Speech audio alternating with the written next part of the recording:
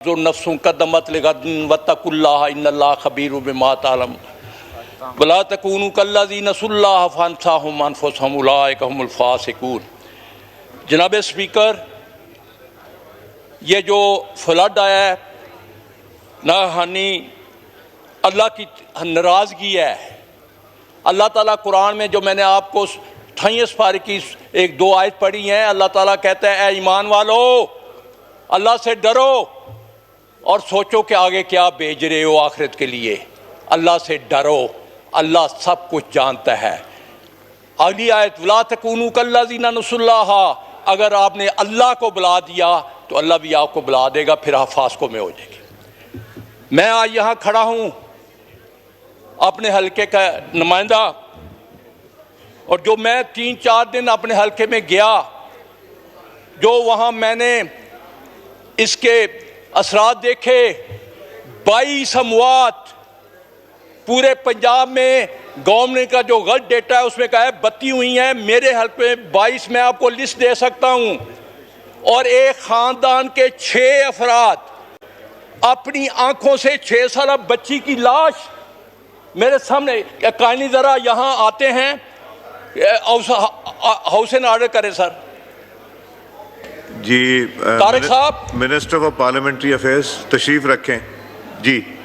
हम कम से कम सीरियस बात सुना करें, लॉबी में जाके गप्पे लगाएं।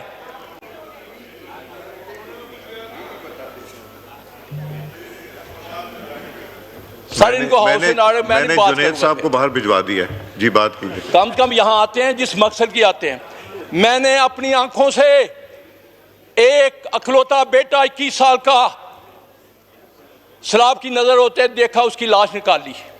मैंने 13 साल की बच्चियों, एक खानदान के 6 बच्चे, गरीब खानदान उजड़ गया, मवेशी बह गए, फसलें तबाह हो गईं। ये क्यों हुआ? स्पीकर साहब, सबसे बड़ा अलमिया ये है क्यों हुआ। बड़े मुल्कों में सैलाब आते हैं, लेकिन जब मुआशरा झूठ, मुनाफकत, करप्शन, कुंबा परवरी, जाती मफाद को आगे रखकर फैसले करेगा, पाकिस्तान का नहीं सोचेगा, तो यही होगा। कुरान कहता है, खुदा ने आज तक उस कौम की हालत नहीं बदली जिसे हो ना आप अपनी हालत के बदलने का। जिस दौर में लुट जाए फकीरों की कमाई, उस ऐत के सुल्तान से कोई भूल हुई है। अगर और मगर झूठ है, झूठ का असर झूठ है, सच अब्दी है, बातिल का हर सफर झूठ है। ये क्यों हुआ? मैं आज आपको हकायक बताना चाहता हूँ।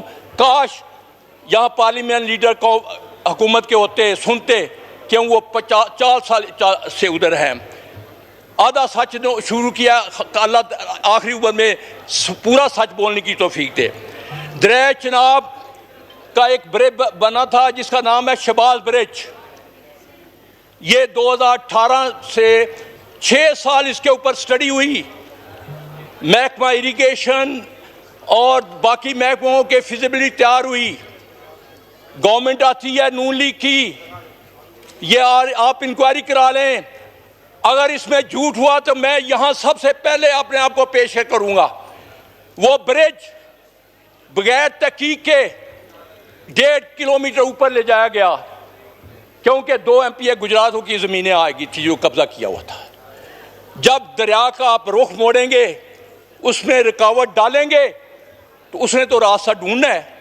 वो आज से 3 साल पहले भी इतना फ्लड नहीं आया था, लेकिन मेरे 70 गांव डूब गए थे और ये डूबते रहेंगे। उसके बाद रेत माफिया बड़ी बड़ी मशीनों से, एक पुलिस का स्पाई भगौड़ा अरबपति है जिसकी पुष्ट बनाई हमारे लोग करते हैं, जो लोगों के इलेक्शन लड़ता है, जो बड़े बड़े जनरल और जजों को खरीदता है, ये रेत निकालता है। वो रेत के लिए अपना रास्ता बंद तोड़ा हुआ था, उसी बंद से यह सारा फ्लड आया है। ये क्या है? क्या हम मुस्लिम मुआशरा हैं? हमें तो बेहतरीन उम्र में पैदा किया गया था कि हम मुनाफकत हम में, झूठ हम में, करप्शन हम में, अपनी मर्जी के अफसर लगवाते हैं, उन्हीं से फिर इलेक्शन जीतते हैं। बाद में कहते हैं ये ब्यूरोक्रेसी करप्ट है। आज तक हमने क्या किया? सब्जेक्ट पे रहिए जी प्लीज। जी अपने हल्के का बताइए। अपने हल्के का मैं रहा अब हूं। सिचुएशन क्या है? देर मेरा रो रहा है। स्पीकर साहब चले मेरे साथ, सड़कों का हाल देखें। डेवलपमेंट के नाम पे यहाँ P&D मिनिस्टर मेरे मसाए हैं, खुद उन्होंने कहा कि 60% करप्शन होती है डेवलपमेंट के कामों में। एक सड़क वहाँ साबित नहीं है। मैं सर गांव में नहीं पहुँच सका, मैं पैदल चल के गांव में पहुँचा। सड़कें टूट गई, कि एक नाकस मटीरियल इस्तेमाल होता है। ठेकेदार जो इनके इलेक्शन लड़ते हैं उनको ये ठेके देते हैं। खुदारा एक टीम बनाए नेशनल असेंबली की, मेरे साथ चलें, आप भी चलें। आप मैं बताऊंगा कि ये क्या कितने दफ़ा ये सड़कें बनी हैं और कितनी दफ़ा टूटी हैं। ये बंद क्यों नहीं? मैंने उस वक्त भाग दौड़ कर फंड लाए थे, यहाँ बंद बनना था, वो आज तक नहीं बना। ये कौन गरीबों का करेगा मुदावा? मुझे ये बताएं, किसान को हमने गंदम की कीमत नहीं दी, चावल की कीमत नहीं दी। वज़ीर आला साहबा कहती है कोई नहीं आटा सस्ता। अभी देखना आज 4000 गंदम हो गई है लाहौर में, 20-2200 खरीदी गई थी। तो खुदारा ये हमें हक़ाइक़ को मानना पड़ेगा। हमने अपने ये जो अदा है इनको ठीक करना पड़ेगा। हमें वापस अल्लाह की तरफ लौटना पड़ेगा, कुरान पे अमल करना होगा। अगर हमने मुनाफिकत की, अपनी ज़ात को आगे रखना है, मुल्क की परवाह नहीं करनी, तो ये सलाब भी आते रहेंगे। अल्लाह ताला, आज मैं सूरह मोमिनून में पढ़ रहा था, अल्लाह का जो हुक्म की नाफरमानी करता है अल्लाह उसको खाशा कर देता है, उस कौम को तबाह कर देता है। ये तो हमारे नबी अकरम सल्लल्लाहु अलैहि वसल्लम का फैज़ है कि अल्लाह से दुआ मांगी थी, या अल्लाह मेरी ठीक है खोले सवाल ना आए। खुदारा लीडर जो होता है वो कौम की रहनुमाई करता है। अगर हुक्मरान लीडर इमरान होंगे, कैसर साहब एक मिनट। नहीं मैं असद साहब, जिनके अफेक्टेड एरियाज हैं, ये पहले फैसला हुआ है बिजनेस एडवाइस। असद कैसर साहब, जी मुझे 2 मिनट दे दें sir. 2 minute sir 2 minute wind up करें भी। असद साहब का भी एरिया सारा सर बात सुने, इफेक्ट हुआ है। जब तक लीडर ईमानदार नहीं होगा, जब तक हमने अपनी जात को पीछे नहीं करेंगे, आगे नहीं चल सकेंगे। मैं आज इमरान खान के एक खादम जिसका नाम अली अमीन गंडापुर है, अप्रिशिएट करता हूं कि उसने कल कहा है कि कालाबाग डैम बनना चाहिए।